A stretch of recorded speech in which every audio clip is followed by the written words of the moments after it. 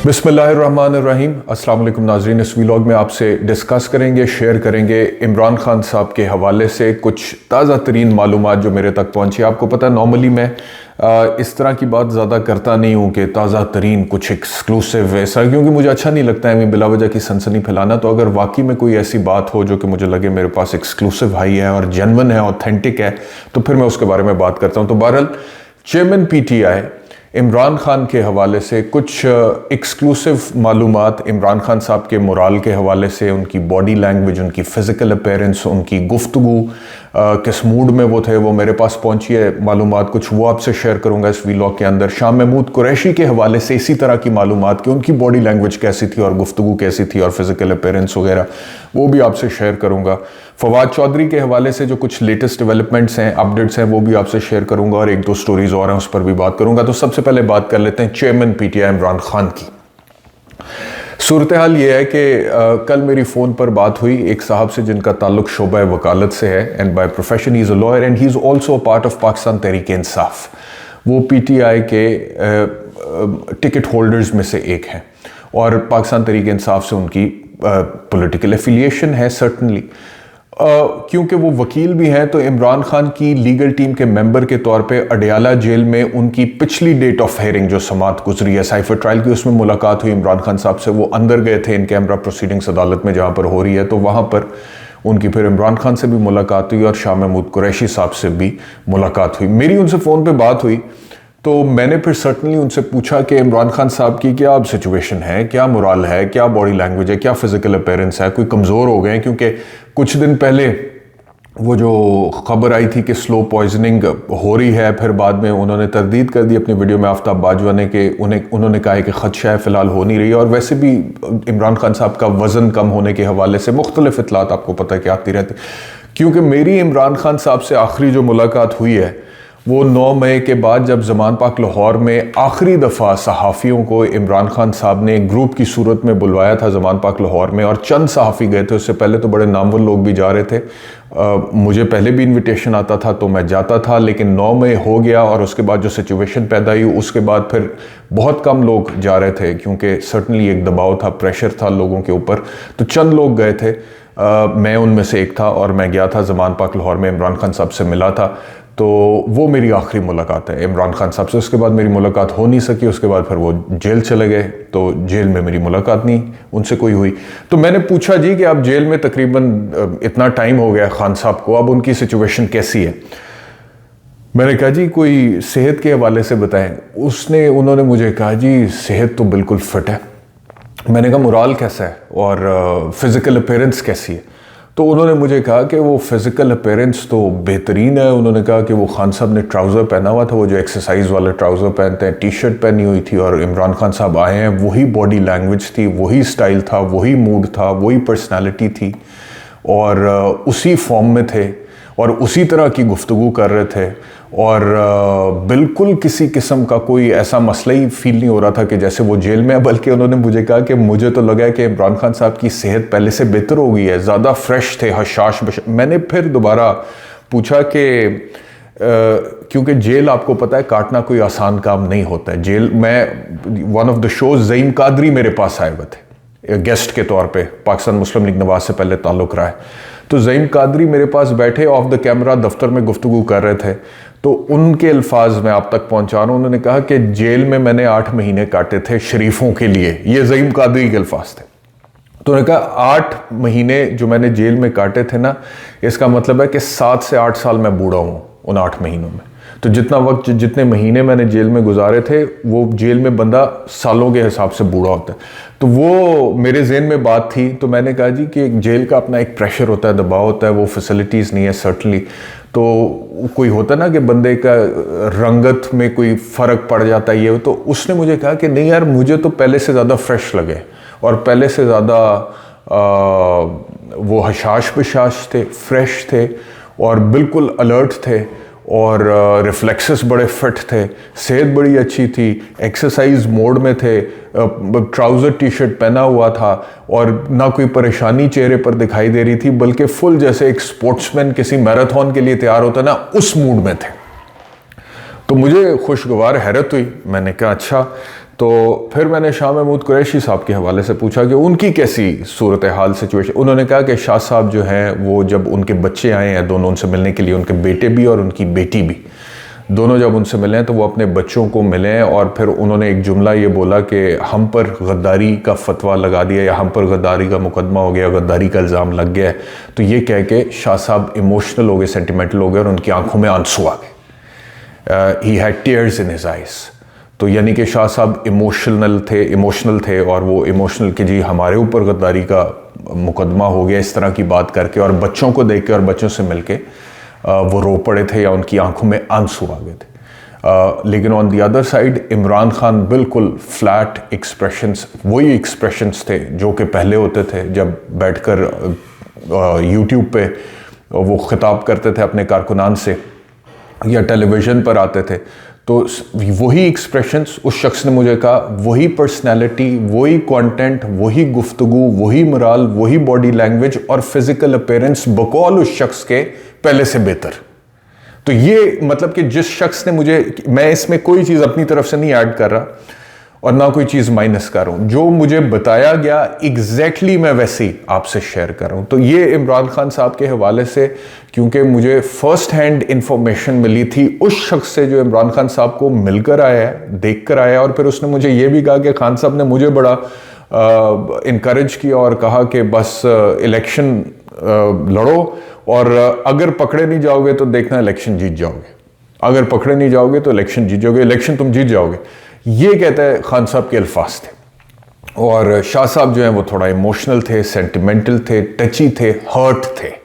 लेकिन इमरान खान बिल्कुल उससे ऑपोजिट एक फाइटिंग मोड में थे, एग्रेसिव मोड में थे और बिल्कुल उसी स्टाइल में थे जिस स्टाइल में पहले से होते हैं।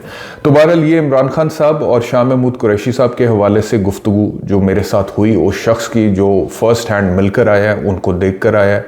और इससे पहले भी एक और शख्स से मेरी मुलाकात हो चुकी है और वो भी बाय प्रोफेशन लॉयर है, वकील है, और उनसे भी मैंने पूछा और उन्होंने भी यही मुझे कहा था कि कोई सेहत डाउन नहीं लगती है, बल्कि इमरान खान साहब की सेहत पहले से मुझे बेहतर लगती है और बिल्कुल ठीक है, फिट हैं और मोराल बड़ा हाई है और कोई परेशानी उनके चेहरे पर नज़र नहीं आती और मेंटली वो हर चीज़ के लिए तैयार बैठे हुए हैं, तैयार हैं मेंटली उस लिहाज से।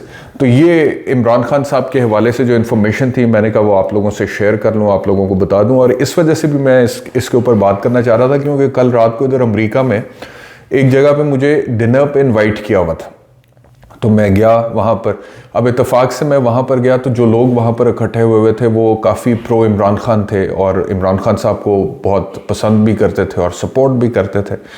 यानी कि पाकिस्तान तहरीक इंसाफ के कोई वो नहीं थे, ऑफिस बेरर्स या उस तरह के लोग नहीं थे, आम ये अमेरिका में मुकीम पाकिस्तानी ओवरसीज़ जिस तरह होते हैं वो फैमिली थी और चंद फैमिलीज़ इकट्ठी हुई थी और खाना किया हुआ था और गपशप का माहौल था।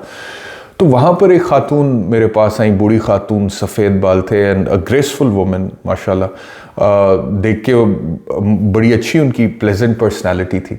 तो मेरे पास आई और आकर मुझे कहती हैं कि मैं आपके वीलॉग्स वगैरह तो सुनती हूँ, आप मुझे ये बताएं कि हम अनपढ़ औरतें, ये उनके अल्फाज थे जो मैं आपके सामने रख रहा हूँ, हम अनपढ़ औरतें यहाँ बैठ के इमरान खान के लिए क्या कर सकती हैं। तो मैं अब उनको क्या जवाब देता कि आप क्या कर सकती हैं, लेकिन मैं सिर्फ ये सोच रहा था कि वो तकरीबन थ्रू आउट उस सिटिंग के जब बैठे सारे गपशप वगैरह कर रहे थे, मर्द अलहदा बैठे हैं, ख़वातीन अलहदा बैठी हैं, तो डिस्कशन में इमरान खान साहब और पीटीआई और पॉलिटिक्स और पाकिस्तान यही चीज़ें थी वहाँ पे। तो and then she told me कि हम तो इमरान खान के लिए बहुत दुआएं करते हैं। देन शी टोल्ड मी कि मेरी एक सहेली हैं मेरी एज की, मुझे कहती हैं कि वो रोज़ाना इमरान खान का सदका निकालती हैं, रोज़ाना इमरान खान के लिए सदका। तो मैं वो सोच रहा था उनकी बातें सुन के देखे कि लोगों की जो एफिलिएशन इमरान खान के साथ है, पाकिस्तान तहरीक इंसाफ में जितनी भी टूट फूट हो जाए या जितनी भी पॉलिटिकल इंजीनियरिंग या विक्टिमाइजेशन का शिकार पाकिस्तान, और ये अभी थोड़ी देर में मैं जिक्र करूँगा मतीउल्लाह जान और आदिल शाहजेब के दरमियान जो नोक झोंक हुई है, क्योंकि आदिल शाहजेब ने एक जो इंटरव्यू किया था सदाकत अली अब्बासी का, तो उसमें जितना भी इस तरह लोग, सदाकत अब्बासी या उस्मान डार या दीगर या Sheikh Rashid for that matter, इस तरह के जितने भी लोग हैं वो जितने भी ऐलानात कर दें लेकिन उसके बावजूद जो इमरान खान का वोटर है, इमरान खान का जो सपोर्टर है, और एक ख़ास लेवल पे मुझे तो इमरान खान का लवर भी नज़र आता है, इमरान खान से मोहब्बत करने वाला, वालेहाना। वो एक बच्चा, एक लड़का था वहाँ पे, उसने मुझे कहा कि हम तो खान साहब के लिए बहुत फ़िक्रमंद होते हैं और हम इमरान खान साहब के लिए बहुत दुआएं करते हैं।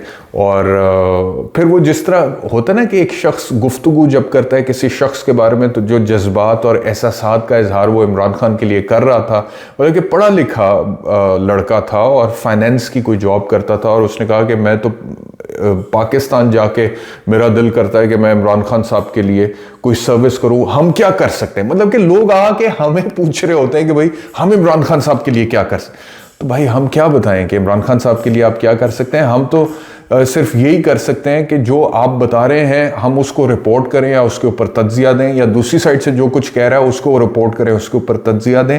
But the only reason as to why I am talking about all this is कि इस चीज़ का एहसास पाकिस्तान में उन तमाम हलकों को होना चाहिए कि बेशक इमरान खान की पार्टी इस वक्त तितर बितर हुई है, टूट फूट हुई है, लोग छोड़ के गए हैं, प्रेस कॉन्फ्रेंसेस हो चुकी हैं, इलेक्शन लड़ना मुश्किल है, इमरान खान पे 180 केसेस हैं, इमरान खान जेल में है, हो सकता है डिस्क्वालीफाई भी हो जाए, हो सकता है कि वो इलेक्शन भी ना लड़ सके। लेकिन उसके बावजूद जो इमरान खान की एक पॉलिटिकल फॉलोइंग है उसको आप फरामोश नहीं कर सकते हैं। अगर आप इमरान खान को फोर्सफुली पाकिस्तान के सियासी मंजरनामे से एलिमिनेट करने की कोशिश करेंगे, मतलब कि मैं किसी एक शख्स के हवाले से नहीं कह रहा, मैं ओवरऑल एक पॉलिटिक्स की बात कर रहा हूँ, तो उसके सर्टनली नताइज होंगे, उसके असरात होंगे इन तमाम लोगों के ज़हनों में जो इमरान खान की फॉलोइंग है।